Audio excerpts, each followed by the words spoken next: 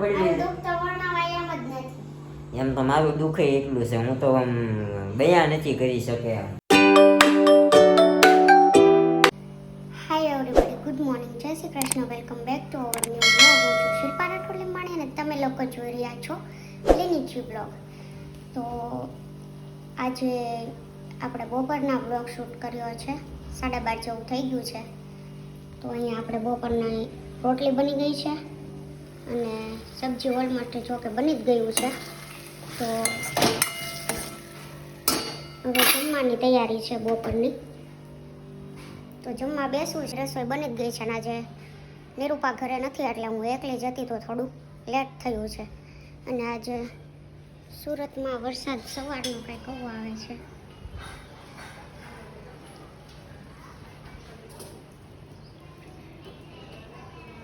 Mummy અહીંયા ધાણા લીધા તો એ કટ કર્યા છે અને મરચાં લીધા છે. તો શું કરતા હતા મમ્મી સવારના તમે? ધાણા કાપ્યા. તો હાલો જમવાનું બની ગયું છે. અમે એક દેખો લેતે આવો. હા, હવે જમી લઈએ, 12:30 થઈ ગયા છે. તો કન્ટિન્યુ.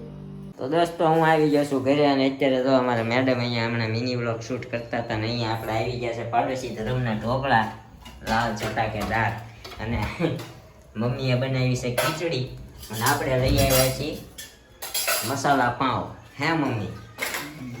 તો આવું બધું હાલી રહ્યું છે અત્યારે અમારા નીરુબાજી અને અમારા ભાઈને છે અને સસરાના ઘરે જમવાનું. તો એ લોકો જમવા ગયા છે અને અહીંયા જો મમ્મી દૂધ ને ખીચડી ખાવાના છે. તો હવે આપણે મારણ કરીએ ભાખરીનું. સોરી, ભાખરી આવડી જતા હે. મસાલા પાઉં અનબોક્સિંગ ધ મસાલા પાઉસ. મેડમજી બોલીએ ના, મસાલા પાઉં અનબોક્સિંગ એ જ કરું છું. સરસ, જો સલાડ કાઢ્યું, આ કાઢ્યું આપણું મસાલા પાઉસ. આજે કોમેન્ટ આવી હતી કે તમે કાંઈ પણ ન કરો ને તમારો વ્લોગ ડેઈલી બનાવો ને તો અમને બહુ જોવા ગમે છે. જોઈ હતી કે કોમેન્ટ તમે? આવ્યું હતું નીરુભાઈના મમ્મી. હા, એ કઈક આવ્યું હતું ને નીરુભાઈના મમ્મી. કઈ ન થાય. એ કઈ ખબર નથી. હો મમ, હમણાં જોઈ લઈએ. નીરુભાઈ તમારા મમ્મી ખુશ છે. હા, જોઈ લો તમે જોઈશે ગાઈઝ. તમે છે ને ગુજરાતીમાં લખીને કોમેન્ટ કરશો ને તો હા, પણ મમ્મીને થોડુંક ઇંગ્લિશ ડિફિકલ્ટ થાય છે. ગુજરાતીમાં એમ વાંચે મમ્મી. નીરુભાઈ તમારા મમ્મી તું જોજે હમણાં. હા, પણ ઇંગ્લિશમાં તમને થોડું ઘણું ફાવે. અમુક મમ્મી નથી, મામા છે. તમારા મામાનું નામનું નામ શું એમ છે? હા. મેં વાંચી બધી કમેન્ટ, કાઈ નથી. કહું છું ને, આમ મમ્મીને છે ને મામા છે, મમ્મી. મામા છે. હા છે ને પ્રોબ્લેમ. કીધું છે તો નહીં યાદ, મેં વાંચી બધી કમેન્ટ. હા હા, તો આવું થાય એટલે તમે ગુજરાતીમાં લખીને કોમેન્ટ કરશો ને તો મમ્મી બધી કોમેન્ટ વાંચશે ને આપણને. બ્લોગમાં તું નથી બોલ્યો મામા ગામડે જવાના એમ, હા. એટલે પૂછેલું તમારે. અમારા મામાનું ગામ છે સુરનગર, ગારિયાધાર પાસે. આપી દીધું. અને આપણે ગારિયાધારમાં જવાબ શું કહેવાય, ગારિયાધારમાં જ મોટા થયા છીએ દાદા તો રહીને. કા દર દિવાગર હોય એટલે ગારિયાધાર, પાલીતાણા, માંડવીલાસ, બાદલપર, સાનખાખરા આટલા ગામ તો કવર કરી જ લીધા હોય. કારણ કે ત્યાં બધી અમારા હગાવાલા રહે છે, મારી બહેનું, મારા માસી, બધા આજુબાજુના ગામમાં જ છે. એટલા ભાવનગર જિલ્લો છે ને આપણું ગામ સણોસરા છે, પણ સણોસરામાં અમે ઓછા રહ્યા છીએ. જો અમારા મેડમ અત્યારે એમાં મિની વ્લોગ શૂટ કરી રહ્યા છે. આપણા મસાલા પાઉં આવી ગયા છે. અહીંયા સલાડ છે તો આપણે મસાલા પાઉં ખાઈ લઈએ. હે કે ઠરી જશે. ઓકે, સારું, ચાલો તો જમી લઈએ, જમીને મળીએ. તો દોસ્તો જમી કરીને નવરા થઈ ગયા છે ને તો અહીંયા મમ્મી અત્યારે ઝૂલે છે. મમ્મી આ ઝૂલાને કેમ આવો બાંધી દીધો છે? એટલે વરસાદના જોયું મમ્મી કેટલું ધ્યાન રાખે. અહીંયા રસોઈયા અને આ શું છે, અડદની દાળ છે, ખીચડિયા, ચોખા. આ મમ્મીનું કામકાજ બધું હાઈ લેવલનું હોય. તો અહીંયા આખો છે ને પ્લાસ્ટિકથી બાંધી દીધો છે. અમારા ઘરે પહેલો વરસાદ આવે ને ત્યારથી આ રીતે બાંધી દે, તે વરસાદ જાય ને ત્યાં સુધી બાંધેલું રહે. હા, નકર પછી છોડવો પડે. કારણ કે આ લાકડાની ખાટ છે ને એટલે ફૂલી જાય પછી. ને મમ્મી અત્યારે છે ને બધાયના વિડીયો જોઈ નાખશે નવરા બેઠા બેઠા, અમારો અને ગામનો બધાને વિડીયા જોવે હો મમ્મી. રાતે 12 વાગ્યા સુધી હુતા હુતા કામ મમ્મી તો બપોર વર્ષે ઉપરથી નીચે માથું છે. તો હુઈ જાવ તો વહેલા ખાઈ જાવ, એમાં શું વાંધો છે, કંઈ કામ છે. ચોમાસાના કપડા મમ્મી 1 સેકન્ડમાં સુકાવી દે. આ વિડીયો જોશે ક્યારેક ક્યારેક પછી મમ્મી વિડીયો જોઈ છે ને અહીંયા નવા નવા સંશોધન કર્યા કરે. જો આ એક તો આ તે તમે જોવો છો ને, આ વેલ ઉપર ચડાવી છે કુંડામાં, આ બધું અમુક અમુક જગ્યાએથી જોઈને સંશોધન કર્યા કરે. અને અત્યારે છે ને અમારા મેડમ શું કરે છે, જય ભગવાનજી, અમારી મેડમ તો હજી જમીન ઉભા છે જ છો. બહુ કામ થશે હો, પણ અમારી મેડમ પૂરું કામ કરે આખો દી. કા થાકી જતી હઈશ ને? હે હમણાં રસોઈમાં હરખું ધ્યાન નથી દેવાતું, આમાં લાગી હોય ને તો સરસ સરસ, કાંઈ વાંધો નહીં. બધા એમાં પરફેક્ટ ન રહીએ, એમ એકારે 2-3 કામ થાય ને તો એવું થાય. એવું થાય છે. થાક દેખાય છે તારો મોઢા ઉપર, આમાં કેવો દેખાય છે? બહુ દેખાય તારો થાક. હાસુ કે તો વાંધો, મને તો દાંત દાંત છે ને આવ્યા તો મારે તો આદત સી હો ગઈ है दांत काटने की. કોઈ દી પ્રેમથી કઈ સાચી વાત કરી મને એમ થાય મેં કીધું બધામાં દાંત જ કાઢી નાખે. નહીં બહુ ડાઈ છે. It's intelligent girl, sorry intelligent wife in our લિંબાણીઝ ફેમિલી.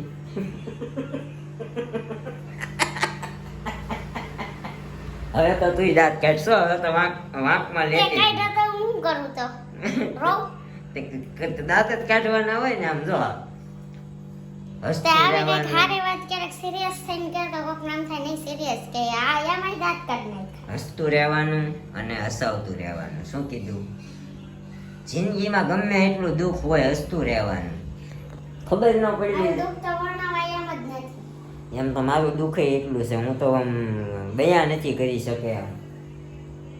કોનું છે તાર દુઃખ? તે કીધું હમણાં આ ઇન્ટેલિજન્ટ ને સપોર્ટિવ વાઇફ છે, તો તારું દુઃખ કોનું છે? હૈયાના વાગેલા હૈયા જ રે ભાઈ. સમજી? દુઃખ દુનિયામાં દુઃખ કોને ન હોય? કરોડપતિ હોય એને હોય, રોડપતિ હોય એને હોય. સમજી? જેની પાસે કાંઈ નથી એને દુઃખ છે, અને જેની પાસે બહુ બધું અઢળક છે ને એને દુઃખ છે. એટલે છે ને હંમેશા હસતું રહેવાનું. આવું મારું કેવું છે ને, દુનિયામાં ઘણા બધા લોકો એવું કહે બધી છે. વાતમાં હશે ને તો આ ગામ આપણને ગાંડી નથી પડે, સમજો? અરે ગામ અમુક જે વાતમાં જવાબ દેવો જરૂરી છે. ગામનું કામ છે. ગામ નહીં બધા અમુક બધી વાતમાં હશે ને તો એમ થાય આને તો કઈ ભાન નથી પડતી, ગાંડો છે, સમજો? ખાલી આપણો યુઝ જ થાય, બીજું કાંઈ ન થાય. લે જો ક્યાં યુઝ કરી લેવાના? જાણે આપણે ગામ કઈ જાય ને આપણે કામ કરી લેતા હોય એવી વાત કરી રહી છે. બોલો. નથી કેવું, રહેવા દે ને, આજ મારા દિલની વાતો બહાર આવી જાય. આ તો કાંઈ વાંધો નહીં, આ દિલની વાતો બહાર કાઢી નાખ. ચાલ રેપિડ ફાયર રમીએ. ચાલ આગળ ચાલ રેપિડ ફાયર રમીએ. પબ્લિક ફોન મૂકીને પ્રેમથી ને પૂછ તો બધી મારી દિલની વાત બહાર કાઢી. એવું તે કોઈ દી મને પૂછ્યું પ્રેમથી? બધું પૂછું છે, ક્યાં નથી હું પૂછ્યું? કેદી પૂછ્યું પૂછ્યું? તો તું મને કાંઈ જવાબ નથી દેતો, ભૂલી જા. લે તો હું પછી શું પૂછું કે બધું પૂછું છું, તને ફોન કરીને પૂછું જમી લીધું તો તાર ટાઈમ ન હોય જવાબ દેવાનો. તો પણ તો પછી ફોન તને કરીને કઈ રીતે પૂછું? ફોન કરીને પૂછે જમી લીધું, તો આપણે કહેવાનું હોય ખાલી હા ભાઈ જમી લીધું છે. બીજી તેમાં શું ઊંડાણથી વાત હોય? એ આપણે ઓફ સ્ક્રીન કેમેરાની વાત છે, તો હું શું કરવાનું? મારી પાસે બહાર પડે છે. આજ તને નિરાય છે, આજ જરાક આપણું આ એડિટિંગનું કામ વહેલું પતાવી દે છે એટલે હું તને કહીશ. હા અને બધું પૂછાઈશ તો હા. તારે આવું છે રૂમમાં મળી જાવ પછી તો તને હું શું પૂછું? હા. Actually, I am very busy man. સમજી?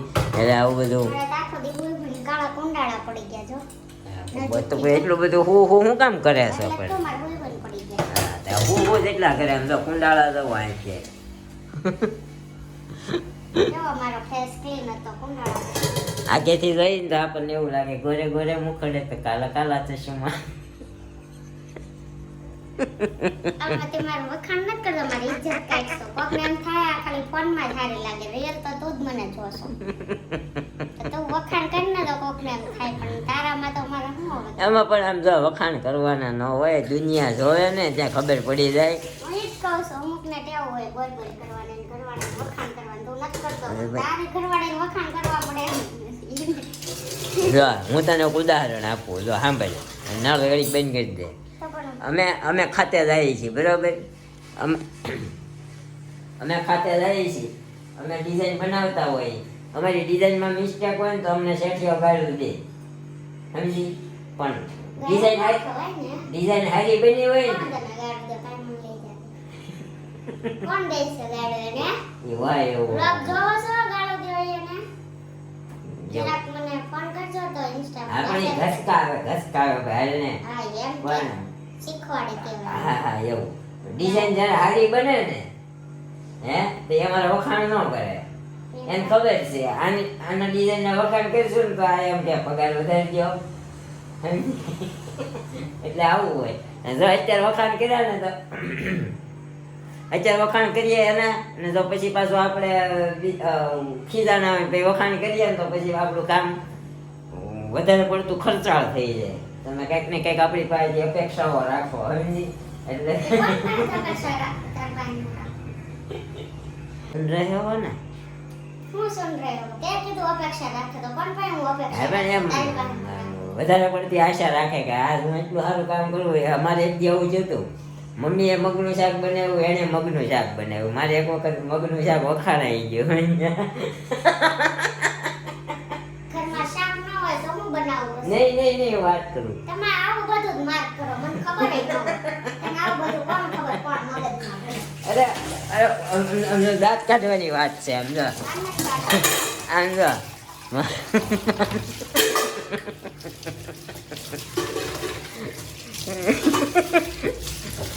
એક વખાણ કર્યા ને તો એક દી મગનું શાક સારું થયું.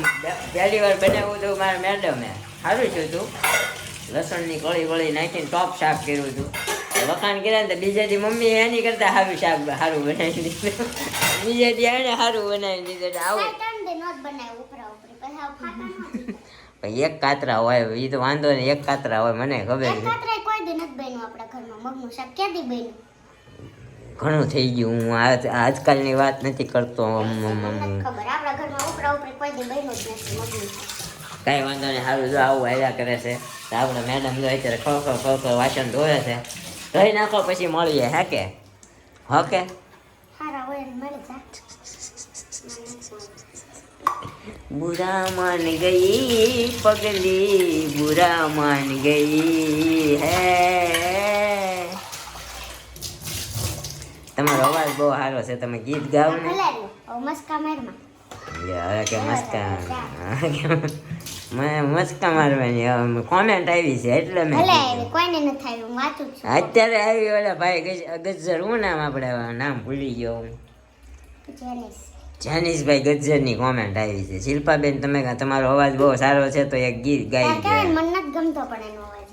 અવાજ તો ગમે જ છે, મગજ મારી નથી ગમતી. હું બોલું ઈ જ નથી ગમતું. તાર કહેવાય મને ઈ બોલે ઈ જ નથી ગમતું, એટલે ઈ નહીં. નહીં, તારો અવાજ તો બહુ સરસ છે પણ તમારો તું